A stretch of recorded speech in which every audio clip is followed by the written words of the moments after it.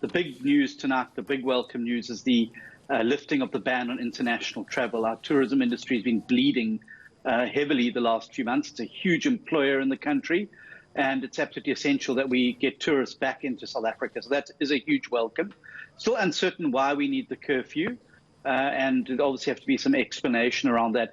But Sean, the big question that remains now is the recovery. That's what's going to be on everybody's mind. And so we wait to see what plans government's going to unveil as we face the biggest economic depression in a generation. It's going to cut very, very deep into the lives of many South Africans. So I think the sooner the president is able to table that agenda in Parliament so that we can get those reforms passed, that we can get moving on rescuing the economy and saving jobs, that's going to have to be the focus over the coming months.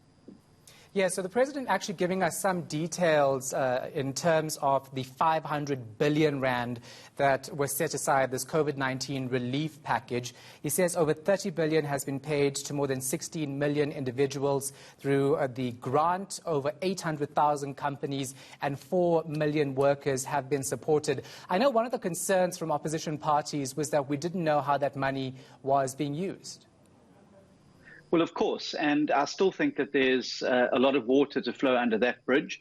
It has certainly not been as smooth and as easy as the president would have us believe, and we're certainly going to need a lot more than the Jerusalem to get our economy moving forward again.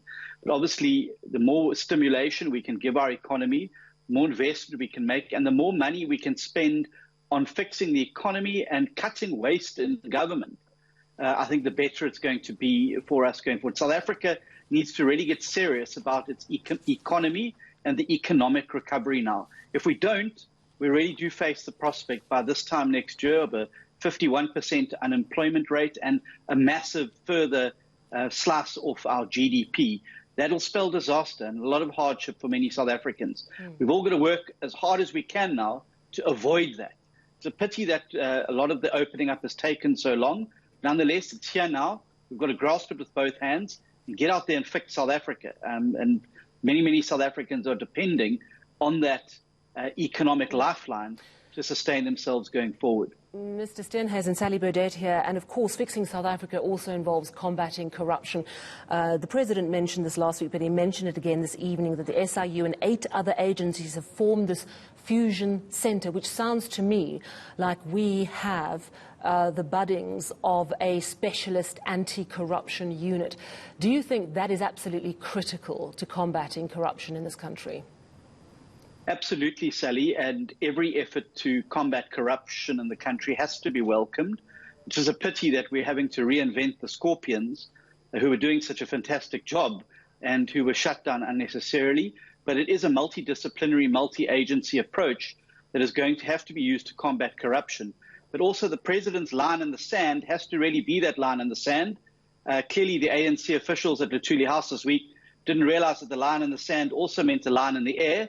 And we've already seen that being transgressed by this trip to Zimbabwe, completely unauthorized. And I think the president's going to be under significant pressure over the coming week to explain exactly how that money is going to be paid back and how that was allowed to happen and which ministers are going to be held accountable if he's really serious about that line in the sand. All right, Mr. Steenhuisen, stand by for us. Let's bring Bantu Holomisa, the leader of the UDM, into this conversation. Mr. Holomisa, thank you for your time. The president started off by saying that we need to be on the lookout for a second wave of this virus hitting our country, but then also opening up the borders to international travelers. How do you feel about that?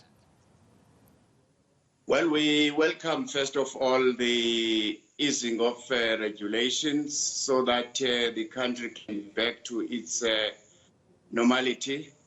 However, when it comes to issues of relaxation of borders, we will still rely on our civil servants who are manning those posts to make sure that whoever comes into this country fulfills the requirements of our regulations as per this pandemic.